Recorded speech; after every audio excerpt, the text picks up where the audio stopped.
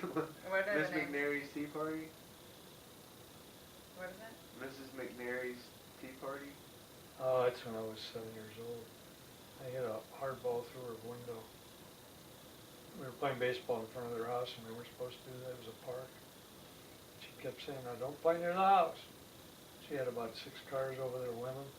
They had a party, a tea party with a cake in the middle of the table, and their cat sat in front of the inside window, storm windows, you know, sunning itself, and there's the dining room table. And I connected with the sweet spot on the bat. And then we played baseball, Andy, not softball. I mean, for years, that whole park, we were little Babe Ruths. And that connected with that soft spot. It felt so good, you know, that you got it. And busted the outside window, not the inside one. And the cat jumped from the windowsill into the middle of the cake and the table. Women are all sitting around it and shook to get the frosting off it. So the walls, the women, they were all full of frosting. And every one of us was hiding in bushes. They were all dolled up, right? All the women. Oh yeah. Was it like high tea? Yeah, yeah. She was fancy. We all dove in bushes. Dick McNarry, his son, was playing with us. Andy Marios, Brian Meyer, Bob Cyrus. I could give you the whole list. And we all jumped in because we were petrified. We knew we were dead because they were nice people, but strict. So Dick and I ended up the next day. His dad came home from work. He had an insurance office, and he measured the windows, and he said, on a piece of paper, he said, "Here's a kind of glass. Take your bikes and ride downtown. Tell them to wrap it in brown paper, and each of you carry one under your arm and bring it home, and I'll help you put it in." That's the way people were back then. So here's two kids carrying sheets of glass this big under their arm, riding their bikes home, right? Hey, that's what we did. We got it fixed. It was smeary. And we had to pay for it out of allowance, which I never got. Oh, no, but didn't give us allowance. But he helped. She was not happy with me after that for some time, because they were Scotch English, and we were known as the Germans in the neighborhood. You know, she got over it. It was the mixture of a golden moment of fame for me. When I hit the sweet spot on that bat, that ball connected that sound, that whack, and then I saw it go right over the front bush in their front yard, and I hit it. And then I went, oh shit, I hit it. You know, and that cat jumped right into the middle of the cake.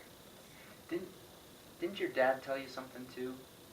Like you were walking back, he apologized or something? Maybe I'm thinking of another story. I might get told to. Yeah, I thought your dad had said something like, you really hit that ball good or something. Yeah.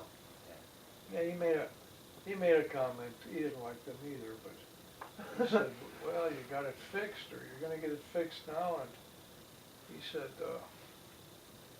that was a heck of a good hit, or something like that. Yeah.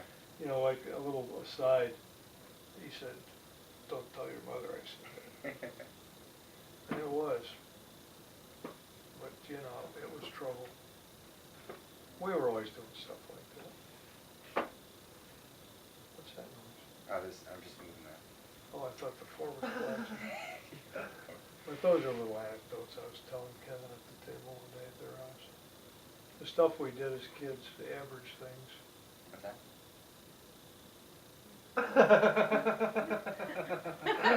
No subtleties I was here. trying to whisper to you. Everybody stop talking. That was funny. Well, why don't you guys, the three of you, go get something to eat? And I have no taste for any food right Yeah, we're good. now. No taste. What else is on there that you don't? A whole bunch. I mean, there's a lot of You them. probably know some of them just by different names. I don't. Number 2 is that Hiram or Hiram or what? Hiram. Hiram. My buddy. Yeah, we gigged frogs in the Erie train field, swamp. Every summer. Every kid needs a Huck Finn or a Tom Sawyer friend, you know. And that was us.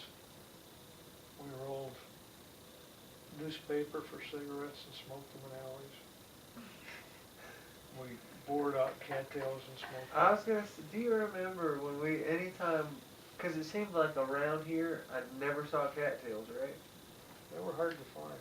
And I don't know when Dad told me about smoking cattails, but from then on, anytime we were traveling, it seemed like anytime we traveled somewhere, I always saw cattails everywhere. And I'd always, Dad, can we please go in? Not today, he likes trying to say something, give me a shut up real fast. Did I ever make you one? No.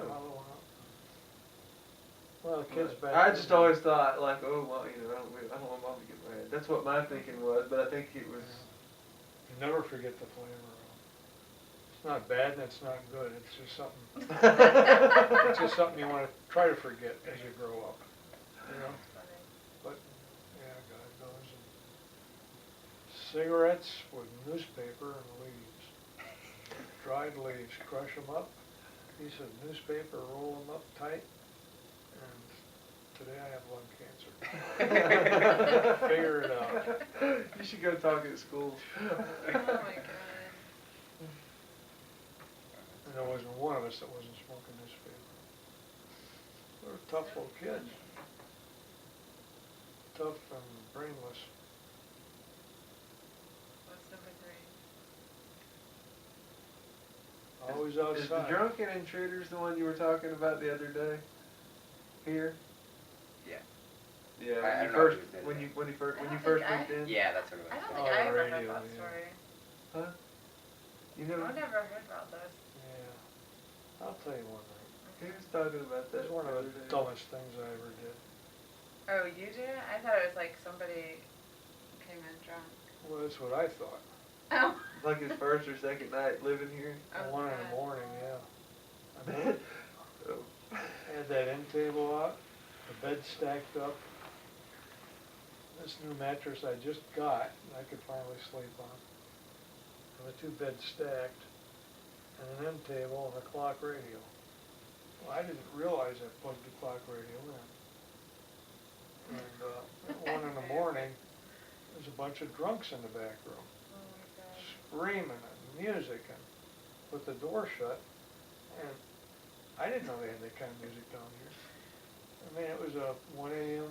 local station baloney, and it sounded just like drunks back then. So I got my 32 and What? I crawled in my This is underwear. why And people should not hook I up. just hung the cuckoo clock that day on that wall. So I thought I'd do the old army squat crawl, right, Mr. Big Man, because it sounded so real. And I was tired. Like, I'd moved stuff all day and I was tired. So I crawled through the kitchen and that door was open a little bit. My heel kicked the door wide open against the cuckoo clock and it went down with a bong, boom, bong. I thought, oh shit, now they got me. So I really crawled faster and this couch was way out here somewhere crooked. I stood behind the couch. And it's really funny because when I got out here, the music stopped.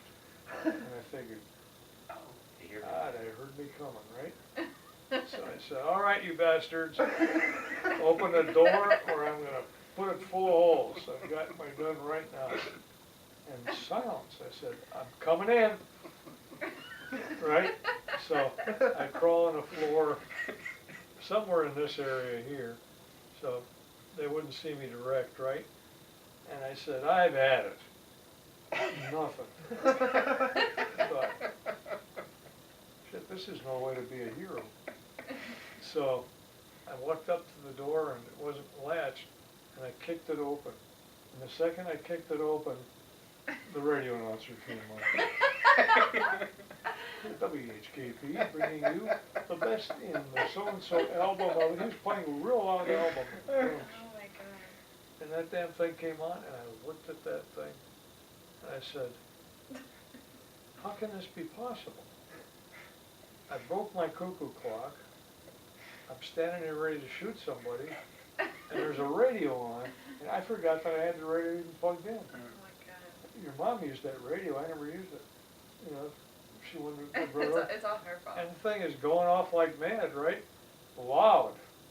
It was wide open or something. Bunch of a hillbilly drunken band, you know, and screaming at each other and everything. I swore to God I had 10 hillbillies in that room. And it didn't make it, and I was so tired, it didn't make any sense why they'd stay in that room. You know, I stood there and I thought, what are they doing back there? What do hillbillies do? You know, are they playing with each other? So I turned the light on and nobody was in there but the radio. Oh my That made me gosh. mad. And the sad part is the clock fell down a second time. But this time it was no kicking it or anything. I shut the pantry door and the vibration knocked it right off the wall. After I glued it all back together. Yeah. So I got it in a plastic bag for you to glue together. Oh really? It's off right now? It's down? I didn't even know. It's in my back closet, yeah. I didn't want to glue it again. It took me Pieces? 2 days.